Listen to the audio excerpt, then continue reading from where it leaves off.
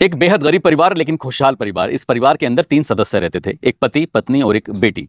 सब कुछ ठीक ठाक चल रहा था, लेकिन साल 2020 की ये बात है। अचानक ही पति बीमार हो जाता है और बीमार होने के बाद उसकी मौत हो जाती है। जैसे ही उसकी मौत होती है, उसके बाद इस परिवार पर दुखों का पहाड़ टूट जाता है। अब वो महिला सोचने पर मजबूर हो जाती है कि वो अपना और अपनी बेटी का कैसे भरण पोषण करे। गांव में कुछ काम नहीं मिल रहा था, इसलिए उसने सोचा कि क्यों ना शहर निकल जाए। वो शहर जब जाती है तो बेटी को छोड़कर जाती है, कहती है कि बेटा, तुम्हें गांव में रहकर अच्छे से पढ़ाई करनी है। बेटी पढ़ने में ठीक ठाक होती है। वो कहती है कि कभी भी किसी गलत चीज के आसपास भी मत जाना, और अड़ोस पड़ोस वालों से भी ये कह के जाती है कि मेरी बेटी का ख्याल रखें। माँ जब दूर चली जाती है खाने कमाने के लिए, जब बीच बीच में लौट कर आया करती थी, तो अपनी बेटी का पूरी ईमानदारी से ख्याल रख रही थी। सब कुछ उसकी जिंदगी में ठीक चल रहा था, लेकिन एक दिन उसने अपनी बेटी को देखा तो बेटी की तबीयत ज्यादा खराब हो जाती है। वो नजदीकी हॉस्पिटल जब लेके जाती है तो पता चलता है कि उसकी बेटी लगभग 7.5 महीने की गर्भवती हो चुकी है। अपनी बेटी को पुचकारा जाता है, पूछा जाता है कि बेटी आखिरकार हुआ क्या है, तुम्हें तो मैंने इतने प्यार से समझाया था, बुझाया था, तुम ये सब क्या क्या कर बैठी। जब बेटी ने अपनी माँ को कहानी सुनाई तो उसकी माँ का भी रो रो कर बुरा हाल हो जाता है। दरअसल पहली बात तो वो बहुत गरीब, दूसरी बात वो नीची जाति के लोग थे, और गांव में कुछ दबंग जाति के लोग रहते हैं जो उस बेटी के साथ हाल करते हैं, वो वाकई बहुत भयानक होता है। इसके बाद ये कहानी अखबारों के माध्यम से लोगों तक पहुंचती है, प्रशासन तक पहुंचती है, और प्रशासन ने इस मामले को गंभीरता से लिया और उन आरोपियों की धरपकड़ की। जब धरपकड़ होती है तब जाकर ये कहानी लोगों के सामने आती है। आज की इस कहानी के माध्यम से जानने की कोशिश करेंगे कि क्या हुआ था उस बेटी के साथ और क्या उसने दर्द सहन किया था। आदाब, नमस्कार, सत श्री अकाल। मैं उस्मान सैफी। आज की जो सच्ची घटना मैं आपको सुनाने जा रहा हूं, ये सच्ची घटना है आंध्र प्रदेश का एक जिला है सत्यसाई। सत्यसाई जिले की ये सच्ची घटना है। बात कर रहा हूं साल 2023 की। ये बात है कक्षा 8 में पढ़ने वाली एक लड़की जो अपने ही एक दोस्त के साथ बैठी हुई थी, जो उसकी क्लास में पढ़ता था, उसका सहपाठी होता है।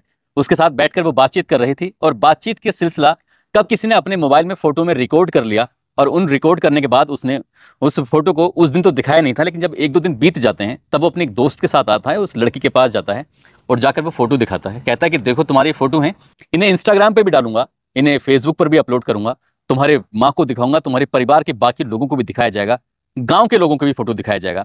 जैसे ही उन फोटो को दिखाने की बात आती है तो लड़की डर जाती है, समझ नहीं पाती कि आखिरकार करे तो क्या करे। वो रोने लगती है, गिड़गिड़ाने लगती है, कहती है कि मेरे पापा नहीं है, मेरी माँ ही मेरा देखभाल करती है। अगर मेरी माँ को ये बात पता चलेगी तो उन्हें बुरा लगेगा। हाथ जोड़ते हुए, रोते हुए, गिड़गिड़ाते हुए काफी अपील करती है, लेकिन उसकी अपील सामने वाले के कुछ काम नहीं आती। आखिरकार वो पूछती है कि मुझे क्या करना होगा। तभी वो दोनों लड़के कहते हैं कि हमें तुम्हारे साथ कुछ वक्त बिताना है। और जब वो वक्त बिताया जाता है तो दोनों लड़के उस लड़की के साथ सामूहिक बलात्कार करते हैं। जब वो बलात्कार हो रहा था तब उस लड़की का वो वीडियो रिकॉर्ड किया जा रहा था। अभी तक तो सिर्फ पास में बैठे हुए फोटो खींचे गए थे, उन फोटोओं से कहानी आगे बढ़ जाती है और पूरे घटनाक्रम जो भी होता है, वो दोनों लड़के सामूहिक बलात्कार जब कर रहे थे तो उसके एक एक पिक्चर, एक एक वीडियो को रिकॉर्ड कर रहे थे। रिकॉर्ड करने के बाद अपने पास सहेज कर रख लेते हैं। अब उसका आधार बना लेते हैं। वो लड़की जब विद्यालय आती थी तभी मौका पाते थे, और मौका पाने के बाद ही उस लड़की के साथ वो गंदा और घिनौना कृत्य ऐसे ही करते चले जाते हैं। पहली बार 2 लड़के, उसके बाद फिर 3 हो जाते हैं, 4 हो जाते हैं, 5 हो जाते हैं। संख्या लगातार बढ़ रही थी, दिन भी लगातार बढ़ रहे थे, क्योंकि उस लड़की के पिता थे नहीं और माँ उसकी गांव से बाहर दूर शहर कमाने के लिए गई हुई थी। बीच बीच में माँ आती थी, बेटी के लिए कुछ खाने पीने का इंतजाम करती थी, और उसके बाद फिर वो वापस अपने शहर चली जाया करती थी। कोई नहीं जानता था कि बेटी किस दुख, किस तकलीफ, किस दर्द से जी रही है, बीत रही है। आखिरकार वक्त और आगे बढ़ने लगता है, और जो उस लड़की के साथ गंदा और घिनौना कृत्य कर रहे थे उनकी भी संख्या लगातार बढ़नी शुरू हो जाती है। 6 से 8 हो जाते हैं, 8 से 10 हो जाते हैं, 10 से 12 हो जाते हैं। संख्या और लगातार बढ़ रही थी, और लड़की के साथ जब जिसका मन करता था तब वो उसके साथ अपने गंदा काम करते थे, उसे अपने साथ ले जाया करते थे, क्योंकि रोकने वाला, टोकने वाला कोई था ही नहीं। उस लड़की ने काफी रिक्वेस्ट की, उसने हाथ जोड़े, पैर पकड़े, लेकिन उन्हें किसी को कोई लाज नहीं आ रही थी, किसी को शर्म नहीं आ रही थी। और वो लड़की अब करे तो क्या करे, ऐसे ही करते करते वक्त आगे बढ़ता चला जाता है, और ये संख्या धीरे धीरे करके 17 तक पहुंच जाती है। 17 में जिसमें 3 तो नाबालिग होते हैं, बच्चे होते हैं जो उसकी क्लास के सहपाठी या उससे एक क्लास के आगे पीछे होते हैं। बाकी के 14 लोग जो होते हैं, किसी की उम्र 18 साल तक, किसी की उम्र 20 साल, किसी की 30 साल, तो किसी की 40 साल, तो किसी की 51 साल। 18 साल से लेकर 51 साल तक के व्यक्ति ने उसके साथ बलात्कार किया, और उस वीडियो को आधार बना बना के, क्योंकि अब वो विरोध करने की स्थिति में थी नहीं। अगर वो विरोध करती भी तो क्या विरोध करती, क्योंकि धीरे धीरे करके महीने, 2 महीने, 4 महीने, 6 महीने, 12 महीने, 15, 20, इस तरह से 24 महीने का समय बीत जाता है, और उसके साथ ऐसे ही होता रहता है। ये जून 2025 के प्रथम सप्ताह की बात है। जब माँ शहर से वापस आती है, अपनी बेटी को देखती है तो बेटी का बढ़ा हुआ पेट देखती है। बढ़ा हुआ पेट देखने के बाद उस बेटी की तबीयत भी खराब हो रही थी। हालांकि बेटी ने अपनी माँ से छिपाने की काफी कोशिश की। उसने ये, जैसे उसका वक्त बीत रहा था, खामोश रहती थी, कम बोलती थी। ये माँ को भी नहीं पता था कि बेटी कई दिनों से स्कूल भी नहीं जा रही है। अप्रैल 2025 से वो विद्यालय में नहीं जा रही थी, लेकिन माँ ने जब अपनी बेटी को देखा तो बेटी को देखने के बाद उसे सीधा हॉस्पिटल लेके जाती है, क्योंकि उसकी तबीयत लगातार खराब हो रही थी। तब डॉक्टर कहते हैं कि तुम्हारी बेटी लगभग 7.5 महीने की गर्भवती है, प्रेग्नेंट है। ये सुनने के बाद माँ के पैरों तले जमीन खिसक जाती है। माँ इस सोचने पर मजबूर हो जाती है। माँ कहती है कि बेटा, मेरी परवरिश में ऐसी कौन सी कमी रह गई थी जो तुमने ये सब काम किया। बेटी बताने के लिए फिर तैयार हो जाती है आखिरकार उसके साथ होता क्या है। जब अपनी माँ को पूरी कहानी सुनाती है तो माँ को यकीन नहीं हो रहा था। तभी माँ ने ये बीड़ा उठाया कि अब चाहे कुछ भी हो जाए, वो अपनी बेटी को इंसाफ दिलाकर ही मानेगी। लेकिन जैसे ही वो थाने जाने की बात करती है, तभी कुछ गांव के लोग उसकी घेराबंदी कर लेते हैं। उस महिला से कहते हैं कि तुम तो जानती हो, 17 आरोपियों में से 1-2 ऐसे भी हैं जो तुम्हारी कास्ट के हैं, तुम्हारी कम्युनिटी के हैं। एक काम करो, उनसे तुम्हारी बेटी की शादी करा देंगे, किसी में दोनों तीनों में से जिससे कोई तुम पसंद कर लोगी। बाकी के जितने भी ऊंची जाति के लोग हैं, इन्हीं में से आप जितना चाहो उतना पैसे की बात कर सकते हो। पैसे भी तुम्हारे पास आ जाएगा, तुम बाहर तुम्हें कमाने की जरूरत भी नहीं पड़ेगी। जब इस तरह की बात माँ को समझाई जाती है तो माँ सोचने पर मजबूर हो जाती है कि कितने गंदे, कितने घिनौने लोग हैं ये, कि बेटी के साथ 2 साल तक ऐसे ही गंदा घिनौना कृत्य करते रहे, और जब बात कार्रवाई की आई तो पैसे की बात करने लगे। सीधा माँ जाती है 9 जून 2025 को नजदीकी पुलिस स्टेशन में, और जाने के बाद पूरी कहानी बयां करती है, किस तरह से उसके पति की मौत होती है, किस तरह से मजबूरी में वो अपना गांव छोड़ती है, किस तरह से उसकी बेटी ने पढ़ाई छोड़ दी थी।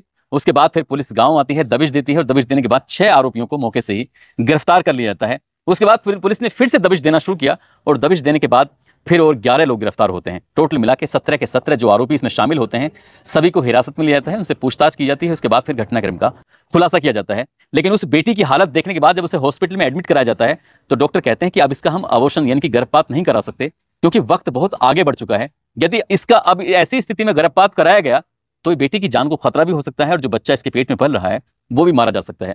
तभी पुलिस ने यह फैसला लिया कि अगर हमने इसको इसके गांव भेजा तो वो दबंग लोग इस लड़की को भी मार सकते हैं, इसकी मां को भी मार सकते हैं, उसके पेट में पलने वाले उस बच्चे को भी मार सकते हैं। इसलिए डॉक्टर ने तारीख दी 21 जुलाई 2025 के बाद में कभी भी वो बच्चा पैदा हो सकता है। जब तक वो बच्चा पैदा होगा तब तक वो वहीं रहेगी हॉस्पिटल में, जहां क्या और अन्य महिलाएं अपने बच्चों को लेकर, कोई जच्चा है, कोई बच्चा, किसी का बच्चा पैदा होने वाला है, इस तरह के वार्ड में वो लड़की उन सबके बीच में रह रही है। और जब किसी ने उस लड़की को देखा तो उसके पैरों तले जमीन खिसक जाती है। 15 साल की वो लड़की आखिरकार उसके साथ, जब 13 साल की होती है तब से लेकर 15 साल की उम्र तक उसके साथ ऐसे ही हो रहा था।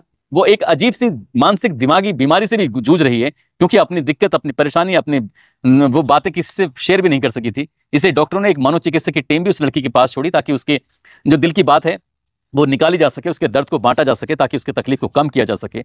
और उसके लिए बेहतर से बेहतर इलाज की बात भी चल रही है। साथ ही उसकी माँ के लिए भी कुछ ऐसे काम की बात चल रही है ताकि वो अपना भी भरण पोषण कर सके और उसे गाँव ना भेजा जाए। यही पुलिस की तरफ से फैसला, कोशिश की जा रही है। साथ ही उन आरोपियों को गिरफ्तार करके जेल तो भेज दिया है। लेकिन हैरान करने वाली बात यह भी है कि ये लड़की अप्रैल 2025 से जब विद्यालय नहीं जा रही थी तो इसी बात को लेकर पुलिस और प्रशासन के अधिकारियों ने ये सवाल खड़ा किया कि आखिरकार स्कूल वालों ने इस लड़की के बारे में जानने की कोशिश क्यों नहीं की कि विद्यालय क्यों नहीं आ रही है, जबकि 10वीं क्लास जो होती है वो किसी भी छात्र और छात्रा के लिए बहुत ही जरूरी होती है, इंपोर्टेंट होती है।